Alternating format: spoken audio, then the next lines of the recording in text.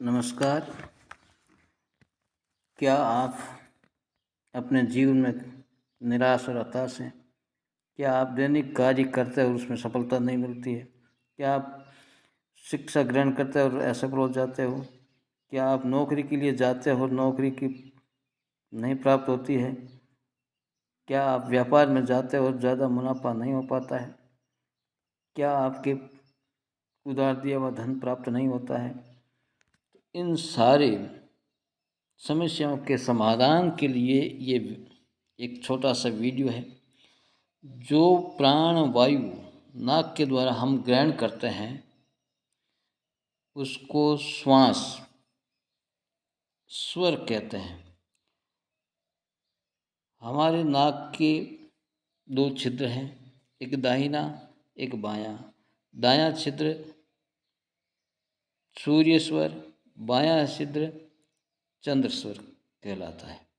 और दोनों को साथ में अगर श्वास की प्रक्रिया बराबर चलती है तो तीसरा स्वर होता है और उसको कहते हैं सुषुम्ना स्वर।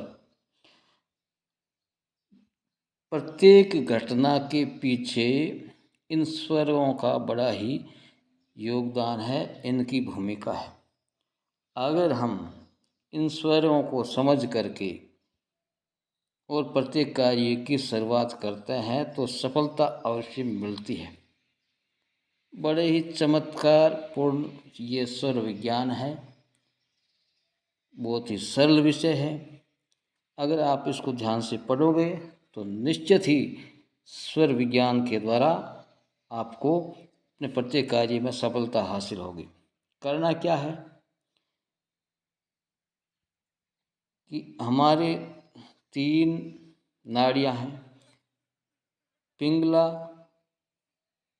इड़ा और सुषुम्ना।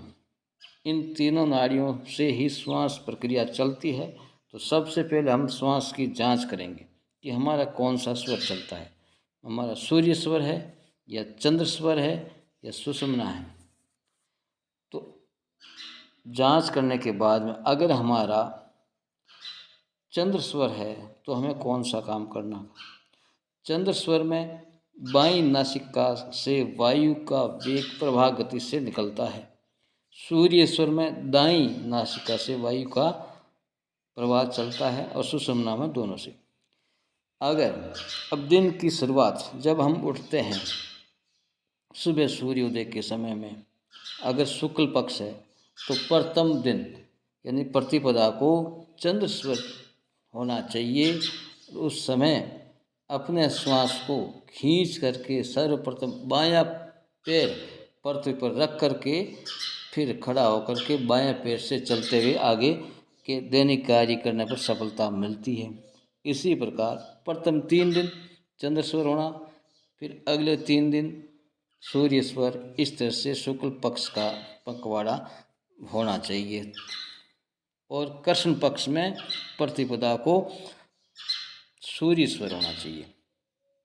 और 3 दिन सूर्य 3 दिन चंद्र, इस तरह से ये क्रम से चलना चाहिए। अब दिन की शुरुआत अगर चंद्र स्वर है तो रात की शुरुआत सूर्य स्वर से होनी चाहिए। दिन में अधिकांश समय तक आपका चंद्र स्वर चलता है, रात्रि में सूर्य स्वर चलता है। तो आप मान के चलिए कि आपका शरीर स्वस्थ रहेगा और आपका प्रत्येक कार्य में सफलता मिलेगी। इन स्वरों को आपने पहचान लिया है तो आपके जीवन में सफलता ही सफलता है। स्वर की प्रकृति के अनुसार हमें कार्य करना चाहिए।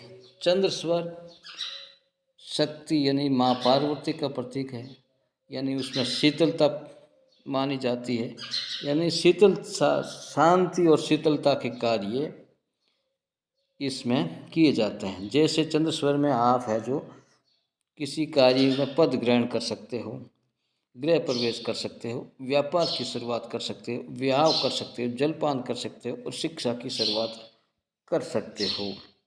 इसी तरह से सूर्य स्वर में उग्र होता है। सूर्य का स्वभाव उग्र है, शिव का उग्र तांडव करते हैं, तो आप भी उग्र कार्य जैसे युद्ध है, कोर्ट कचहरी का है, भोजन करना है, ये जो काम है ये सारे सूर्य स्वर में कीजिए, आपको सफलता मिलेगी।